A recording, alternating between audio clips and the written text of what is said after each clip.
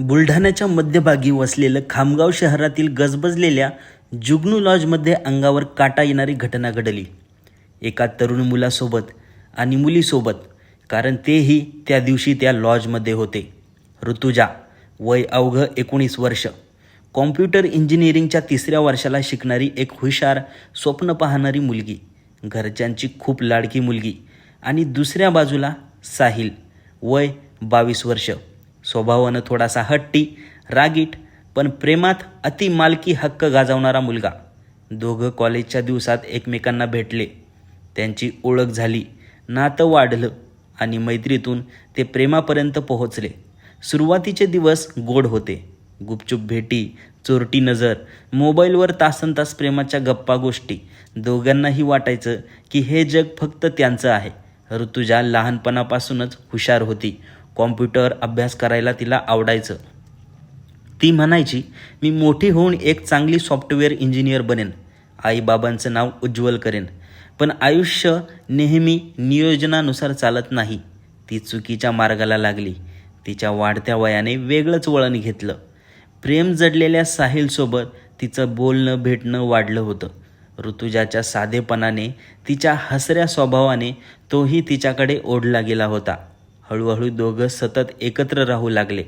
खामगावसारख्या छोट्या गावात जिथं सगळे एकमेकांना ओळखतात, तिथं भेटी गुप्तच ठेवाव्या लागत. समाज काय म्हणेल, घरच्यांना कळलं तर राडा होईल, या भीतीमुळे हे दोघंही मिळेल तिथे लपून छपून भेटायचे. वेगवेगळे ID तयार करून वेगवेगळ्या नावाने ते लॉजमध्ये जायचे, रूम बुक करायचे आणि तासनतास एकमेकांमध्ये रमायचे. ही आता त्यांची सवय झाली होती. नातं प्रेमापासून शारीरिक संबंधापर्यंत पोहोचलं होतं आणि हे सगळं घरच्यांपासून लपून सुरू होतं. सुरुवातीला सर्व काही छान चाललं, पण नंतर साहिलचा स्वभाव बदलू लागला. तो ऋतुजावर सतत लक्ष ठेवू लागला. तू कोणाशी बोलतेस? तुझ्या मोबाईलवर हा नंबर कोणाचा आहे? तू मित्रांसोबत का असते? माझ्या व्यतिरिक्त तुझ्या आयुष्यात दुसरा कोणी आहे? असे प्रश्न विचारून तो तिच्या चारित्र्यावर संशय घ्यावू लागला. ऋतुजाला हे सगळं ओझं वाटायचं. ती म्हणायची, साहिल, प्रेम म्हणजे विश्वास ना रे. तू माझ्यावर इतका संशय का घेतोस? मी फक्त तुझी आहे. पण साहिल तिचं ऐकून घेत नव्हता. त्याला वाटायचं ऋतुजा त्याला फसवते आहे आणि हा संशयच त्यांचं नातं विषारी करू लागला. प्रेमातल्या नेहमीच्या वादानंतरही दोघे एकमेकांना सोडू शकले नाहीत. खामगावच्या जुगनू लॉजमध्ये ते नेहमी भेटायचे.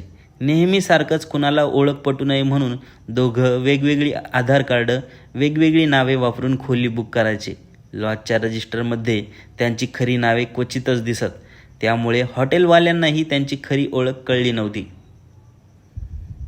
या खोलीत ते कधी हसत, कधी रडत, कधी भविष्याचे स्वप्न रंगवत. पण या 4 भिंतींच्या आत वादही तितकेच वाढत होते. 23 सप्टेंबर 2025ची अखेरची ती रात्र. ऋतुजा आणि साहिल परत एकदा जुगनू लॉजमध्ये आले. नेहमीप्रमाणे त्यांनी वेगळी आयडेंटिटी वापरली आणि खोली घेतली, जी नेहमीच पहिल्यापासून ते घ्यायचे. तिथेच ते दोघं जवळ आले होते. आकर्षण, वासना, राग, द्वेष सगळं काही तिथूनच सुरू झालं होतं. खोलीत गेले तेव्हा दोघंही शांत दिसत होते, पण थोड्याच वेळात त्याचा पुन्हा त्याच गोष्टीवरून वाद सुरू झाला. साहिल पुन्हा त्याच संशयावर अडकला.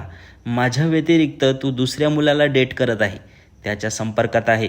आपल्यात सगळं काही झालेलं असून तुझ्या आयुष्यात अजून दुसरं कोणीतरी येत आहे. तू मला फसवते आहे, धोका देत आहे. ऋतुजाने त्याला समजावण्याचा प्रयत्न केला की तोच तिच्यासाठी सगळं काही आहे. पण साहिलचा राग आटोक्यात राहिला नाही. त्यांचा वाद वाढतच गेला आणि त्याच क्षणी साहिलने खोलीत ठेवलेला चाकू उचलला. ऋतुजा ओरडली, सोनू, नको, मी तुझीच आहे, विश्वास ठेव माझ्यावर, असे नको करू. पण रागाच्या भरात त्याने तिच्यावर वार केले. गळ्यावर, छातीवर, हातांवर खोल जखमा झाल्या.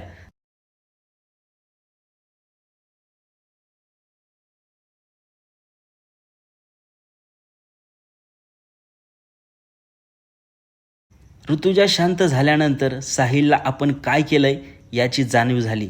अपराधीपणाने पछाडलेला तो हादरला. संशय घेऊन आपण आपल्याच प्रेयसीचा प्राण घेतला याचा त्यालाही धक्का बसला. आपणही जगून उपयोग नाही म्हणत त्याने स्वतःच्या छातीतही 2-3 वार केले आणि तोही रक्ताच्या थारोळ्यात कोसळला. दुसऱ्या दिवशी सकाळी लॉजच्या कर्मचाऱ्यांनी खोलीत काही हालचाल नाही हे पाहून दार ठोठावलं. प्रतिसाद न मिळाल्यावर आपल्याकडे चावीने दार उघडलं आणि आतील दृश्य पाहून ते थरारले. समोर दोन्ही मृतदेह रक्तात, ऋतुजा जमिनीवर पडलेली, तिच्या अंगावर चाकूचे अनेक वार, साहिल तिच्या बाजूलाच, त्याच्याही छातीत चाकू. ताबडतोब पोलिसांना बोलावण्यात आलं. खामगाव पोलिसांनी घटनास्थळाचा पंचनामा केला. चाकूवरून फॉरेन्सिक तपास घेतला गेला. मोबाईल रेकॉर्ड, CCTV फुटेज तपासलं गेलं. लॉजच्या रजिस्टरमधली वेगवेगळी नावं तपासली गेली. सुरुवातीपासून पोलिसांचा अंदाज होता की हे प्रेमातून झालेलं खून आणि आत्महत्या आहे. दोघांच्याही खरी बातमी तेव्हा पोहोचली.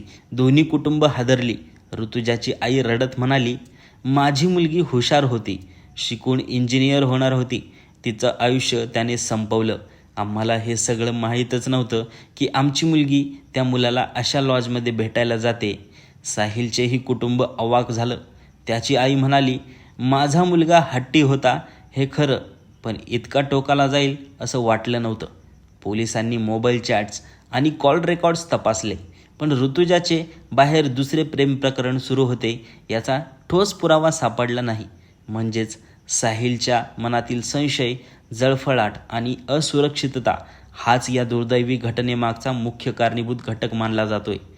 हे प्रकरण न्यायालयात जाईल, पण दोघंही मृत असल्यामुळे आरोप ठरवण्यापेक्षा हा प्रकार प्रेमातून झालेला खून आत्महत्या म्हणून नोंदवला जाण्याची शक्यता आहे. बाकी अजून चौकशी तपास सुरू आहे. ऋतुजा आणि साहिल हे 2 तरुण जीव प्रेमात बांधले गेले, पण विश्वास तुटला आणि संशयाने त्यांचा जीव घेतला. संशय जर नात्यात घुसला तर हे नातं नाशाला नेतो. मित्र आणि मैत्रिणींनो, प्रेम म्हणजे भावना, जिव्हाळा आणि विश्वास. पण या भावनांमध्ये अंध झालो तर कधीकधी निर्णय चुकीचे ठरतात. आईवडील हे आपले खरे हितचिंतक असतात. त्यांना न सांगता त्यांचा विश्वासघात करून गुपचूप लॉजमध्ये जाणं म्हणजे स्वतःच्या भविष्यासोबत खेळणं आहे. पण ऋतुजा आणि साहिलसारखी 2 तरुण जीवन समाजापुढे एक धडा देऊन गेली आहेत. पालकांपासून काहीही लपवू नका. चुकीचे पाऊल उचलण्याआधी त्यांचा विचार करा. प्रेमात विश्वास ठेवा, पण अंधविश्वास किंवा संशयाने नातं कधीच जगत नाही.